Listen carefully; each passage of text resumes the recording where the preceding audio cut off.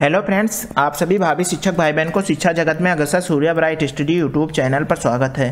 Friends, आज इस video में हम सीटेट मैथ्स के इंपॉर्टेंट क्वेश्चन का प्रैक्टिस करेंगे, जो कि आपके आगामी सीटेट 2021 के लिए पीआरटी प्लस जूनियर के पेडागोजी क्वेश्चन के लिए बहुत ही महत्वपूर्ण क्वेश्चन कलेक्शन है।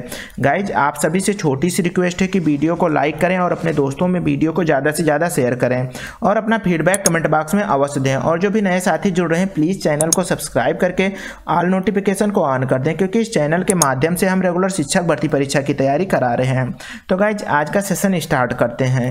गाइज, क्वेश्चन है, एक शिक्षक ने कक्षा 8 के बच्चों का क्षेत्रफल का मापन सिखाया, लेकिन उनके कई छात्र क्षेत्रफल और आयतन की विभिन्न इकाइयों के उपयोग के बीच उलझन में हैं। बच्चों में इस तरह के भ्रम का कारण क्या हो सकती है? अर्थात बच्चे क्षेत्रफल और आयतन के इकाइयों को नहीं समझ पा रहे हैं। अच्छा, क्षेत्रफल का इकाई क्या होता है? जैसे अगर सेंटीमीटर में बता रहे हैं तो सेंटीमीटर स्क्वायर हो जाएगा, और आयतन का क्या होगा? सेंटीमीटर क्यूब हो जाएगा। जबकि बच्चा समझ नहीं रहा है कि स्क्वायर क्यों हो रहा है और क्यूब क्यों हो रहा है। तो इसका कारण क्या हो सकता है, हमें यह बताना है।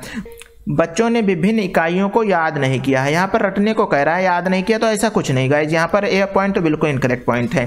सेकंड पॉइंट क्या कह रहा है? अलग अलग इकाइयों को उनके दैनिक जीवन से संबंधित किए बिना सभी को एक साथ बताया गया है। जी बिल्कुल हो सकता है। और सी पॉइंट क्या कह रहा है? कक्षा 8 के शिक्षार्थी के लिए क्षेत्रफल मापन की अवधारणा एक कठिन विषय है। ऐसा नहीं है गाइज, कठिन विषय कुछ भी नहीं होता है। तो ये भी पॉइंट हमारा इनकरेक्ट पॉइंट है, क्योंकि इससे अच्छा पॉइंट हमें बी पॉइंट मिल चुका है। और बच्चों को क्षेत्रफल की इकाइयों का उपयोग नहीं आता है तो फिर शिक्षक पढ़ाएंगे ना, ऐसा कोई मोटिव नहीं है। यहाँ पर करेक्ट ऑप्शन हमारा ऑप्शन नंबर बी हो जाएगा। ऑप्शन बी क्या कह रहा है? अलग अलग इकाइयों को उनके दैनिक जीवन से संबंधित, क्योंकि सीटेट में गाइस जैसे दैनिक जीवन से संबंधित करके उनके अनुभव के अनुसार ये सब पॉइंट पॉजिटिव आंसर देते हैं, तो इनको हमें ध्यान में रखना रहता है। तो दैनिक जीवन से संबंधित किए बिना सभी को एक साथ बताया गया, अर्थात वहाँ पर बच्चे को ये नहीं बताया गया, जैसे उसका एग्जाम्पल दिया जाता है किसी भी दैनिक जीवन में जो बच्चे जिस चीज को यूज कर रहे हैं उसके आधार पर एग्जाम्पल देकर अगर समझाए होते तो बच्चे आसानी से समझ गए होते कि ये क्षेत्रफल होता है और ये आयतन होता है। लेकिन यहाँ पर टीचर ने एक साथ बता दिया है, तो इसलिए बच्चे भ्रम में हैं। भ्रम का कारण क्या है? कि बच्चे को एक साथ क्षेत्रफल और आयतन के इकाई यूनिट को बता दिया गया है। तो करेक्ट ऑप्शन नंबर बी हो जाएगा। नेक्स्ट क्वेश्चन है गाइज, गणित में गणितीय वार्तालाप को प्रोत्साहित करने का सबसे उपयुक्त उद्देश्य है। फर्स्ट ऑप्शन है, गणित से डरने वाले बच्चों को कक्षा में आपस में बातचीत करने में सक्षम होना चाहिए। सेकंड पॉइंट कह रहा है, गणित के विषयों के बारे में कक्षा में बहस आयोजित करना चाहिए। थर्ड पॉइंट कह रहा है, बच्चों को गणित की कक्षा में प्रमेय सूत्र वाचन में सक्षम होना चाहिए। और डी पॉइंट कह रहा है, गणितीय विवरणों के बारे में बात करते हुए और उनका उपयोग करते समय बच्चों को एक सटीक भाषा का उपयोग करने में सक्षम होना चाहिए। तो यहाँ पर करेक्ट ऑप्शन हमारा क्या होगा गाइज? यहाँ पर करेक्ट ऑप्शन क्या?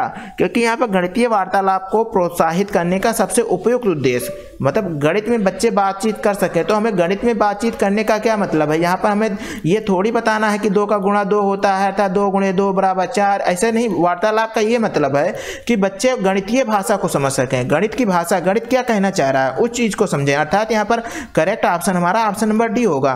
गणितीय विवरण के बारे में बात करते हुए उनका उपयोग करते समय बच्चों को एक सटीक भाषा का उपयोग करने में सक्षम होना चाहिए। यहाँ पर ये इसका मोटिव है। जबकि यहाँ पर फर्स्ट पॉइंट डरने वाले बच्चों को, ऐसा कुछ नहीं है गाइज। यहाँ पर करेक्ट ऑप्शन नंबर हमारा डी ऑप्शन हो जाएगा।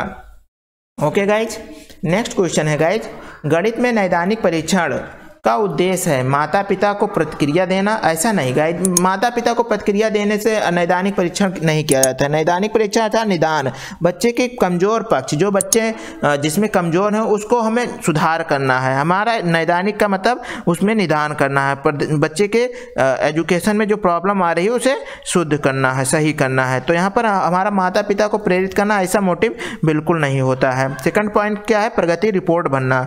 और थर्ड पॉइंट क्या है? अंतिम अवधि को परीक्षा के लिए प्रश्न पत्र की योजना बनाना। और डी कह रहा है बच्चों की समझ में अंतर जानना। बिल्कुल बच्चे की समझ में अंतर जानना, ये पॉइंट हमारा बिल्कुल बन सकता है गाइज, करेक्ट पॉइंट भी हो जाएगा। क्योंकि नैदानिक परीक्षा अर्थात बच्चे में ये कमी क्यों है, अर्थात बच्चे को समझ में क्या समस्या है, उसकी समझ में कौन सी अंतर है, अर्थात हम जैसे जिस तरह से हम पढ़ा रहे हैं उस चीज़ को बच्चा आखिर क्यों नहीं समझ रहा है, उस समझ में अंतर क्यों हो रहा है, ये नैदानिक परीक्षण हो जाएगा। तो यहाँ पर करेक्ट ऑप्शन क्या होगा, option number D correct option हो जाएगा।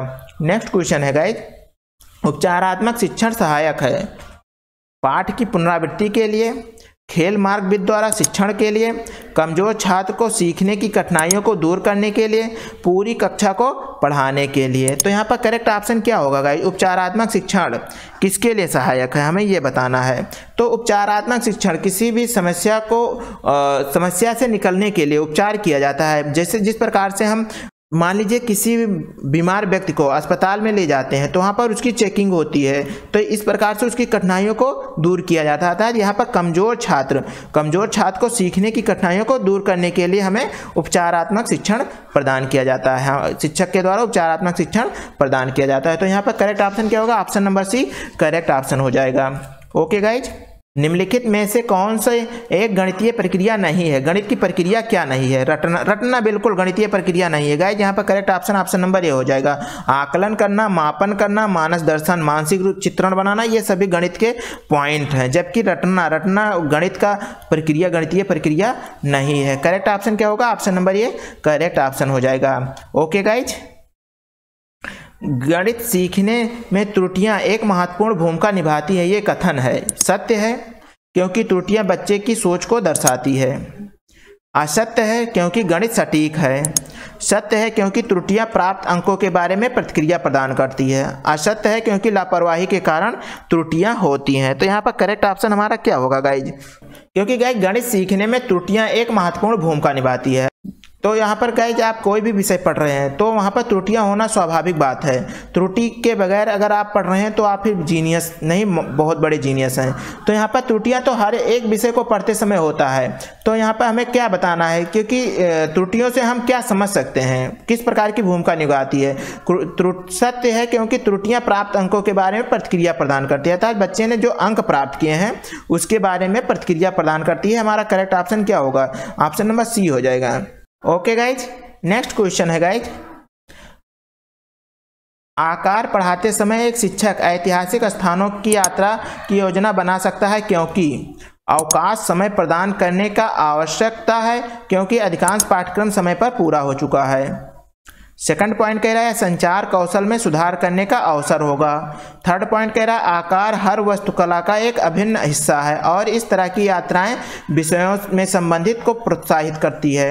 और डी पॉइंट कह रहा है शिक्षा बोर्ड द्वारा फील्ड ट्रिप की सिफारिश की जाती है, इसलिए इसका आयोजन अवश्य किया जाना चाहिए। तो नीचे दिया गया इसमें से कौन सा कथन हमारा सही है, हमें यह बताना है गाइज। यहाँ पर गाइज अवकाश समय प्रदान करने की आवश्यकता है, क्योंकि अवकाश अधिकतम यहाँ पर शिक्षक पढ़ाते समय आकार को पढ़ा रहे हैं, आकृति आकार को पढ़ा रहे हैं, तो इसमें शिक्षक को ऐतिहासिक स्थानों की करने का मतलब यात्रा करने का ये मोटिव बिल्कुल नहीं होगा, ये पॉइंट नहीं होगा। अवकाश समय प्रदान करने की आवश्यकता है, क्योंकि अधिकांश पाठ्यक्रम खत्म हो गया तो आप अवकाश ही कर दीजिए, ऐसा नहीं है गाइज। बी पॉइंट ये संचार कौशल में सुधार करने का अवसर है। संचार कौशल में गाइज यहाँ पर कौन सा संचार हो रहा है, हम तो आकार को पढ़ा रहे हैं।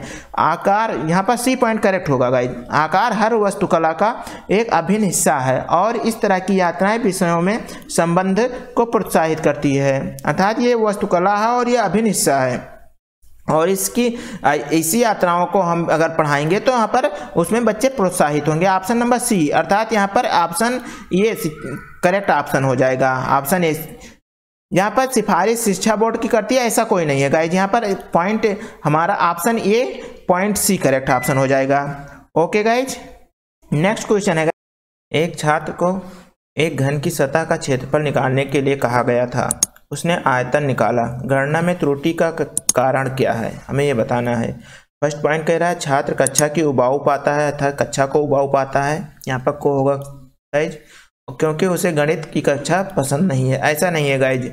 छात्र गणित की क्योंकि छात्र ने घन की सतह का क्षेत्रफल निकालने के लिए कहा गया और छात्र ने आयतन निकाल दिया है, तो इसमें उबाऊ पाने का कोई मतलब नहीं बन रहा है।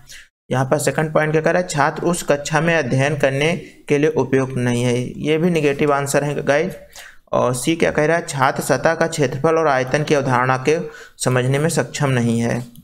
और डी क्या कह रहा है, छात्र सतह का क्षेत्रफल और आयतन की अवधारणा को समझ गया है। अगर छात्र आयतन और क्षेत्रफल की अवधारणा को समझ जाता तो फिर यह गलत आंसर क्यों लेकर आता, तो डी पॉइंट भी नहीं होगा। यहाँ पर करेक्ट पॉइंट हमारा सी पॉइंट बन रहा है, जो कि ऑप्शन नंबर डी में दे रखे हैं। ऑप्शन नंबर डी यहाँ पर करेक्ट ऑप्शन हो जाएगा, क्योंकि गाइज यहाँ पर छात्र जो है वो एक घन है, घन का क्षेत्रफल, सतह का क्षेत्रफल वो निकालने के लिए कहा गया उसको, जबकि उसने आंसर में उसका आयतन निकाल के दे दिया। अर्थात छात्र के अंदर क्या कमी है, छात्र अभी आयतन और क्षेत्रफल की जो अवधारणा है उसको अभी नहीं समझ पा रहा है। अर्थात यहाँ पर छात्र के अंदर एक गणितीय अवधारणा की कमी है, क्षेत्रफल की अवधारणा की कमी है। छात्र को क्या कहा गया था, मान लीजिए ये ए है, ये बी है, और यहाँ पर क्योंकि घन है गाइस तो सभी ए ही होंगे, तो यहाँ पर क्षेत्र अर्थात इस सतह का जो ये नीचे वाली सतह है इसका क्षेत्रफल निकालने के लिए कहा गया, जबकि छात्र ने इस पूरे घन का आयतन निकाल दिया है। तो ये छात्र को अभी अवधारणा, क्षेत्रफल और आयतन की अवधारणा के समझ का अभाव है। नेक्स्ट क्वेश्चन देखते हैं गाइज। एक बैठक में सदस्यों में से 4/25 महिलाएं थीं, ये सदस्यों का कितना प्रतिशत है। तो गाइज यहाँ पर हमें क्या बताना है, 4/25 महिलाएं थीं और 4/25 ये कितना प्रतिशत है। तो प्रतिशत निकालने के लिए बस 100 से मल्टीप्लाइड कर देंगे, हमारा आंसर आ जाएगा। तो ये 4 हो जाएगा, अर्थात ये 16% है। महिलाएं कितना है, तो ये 16% महिलाएं थीं। तो यहाँ पर correct option option number B हो जाएगा। ओके गाइज, नेक्स्ट क्वेश्चन देखते हैं। एक दुकान ने अपनी कीमतों में 10% की कमी की, एक सामान की नई कीमत क्या होगी जो पहले 500 रुपये में बेची जाती थी। गाइज ये 500 रुपये जो था ये 100% था, और क्योंकि दुकानदार ने 10% की कमी कर दिया है तो अब कितना प्रतिशत बचा, तो 90% बचा। और 90% हमें पूछा गया है कि 90% कितना होगा, क्योंकि दुकानदार ने 10% की कमी की है तो पहले 100%, ये 500 जो है ये 100% है, और 100% में से हमें 10% कम कर दिया गया, अर्थात अब हमारे पास कितना 90% बच रहा है, और 90% कितना होगा हम निकाल लेंगे और यहाँ से हमारा आंसर आ जाएगा। ये आ जाएगा 450 रुपये, अर्थात जो सामान पहले 500 रुपये में बेची जा रही थी वो अब दुकानदार के द्वारा 450 रुपये में बेची जाएगी। Correct option option number B हो जाएगा। ओके गाइज, वीडियो सेशन कैसा लगा है प्लीज़ कमेंट करके अपना फीडबैक दीजिए, और वीडियो को लाइक करें और अपने दोस्तों में वीडियो को ज़्यादा से ज़्यादा शेयर करें। और जो भी नए साथी जुड़ रहे हैं प्लीज़ चैनल को सब्सक्राइब करके ऑल नोटिफिकेशन को ऑन कर दें, क्योंकि इस चैनल के माध्यम से हम रेगुलर शिक्षक भर्ती परीक्षा की तैयारी करा रहे हैं। Okay, thank you very much.